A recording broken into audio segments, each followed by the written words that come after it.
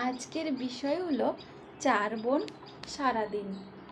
যারা 4 বোন তাদের এটা মেনশন করতে পারো। শুরু করি। 4টি বোন আমরা, একটা ঘরেই থাকি। ঝগড়া ঝাঁটির মাঝে আবার নানান ছবি আঁকি। কেউ আঁকি বন জঙ্গল, কেউ বা আঁকি ফল, কেউ আবার রুই কাতলা অথই সাগরের জল। মিলেমিশে থাকি আমরা, তার মাঝে দ্বন্দ্ব, এরই মাঝে পাই এক অফুরান আনন্দ।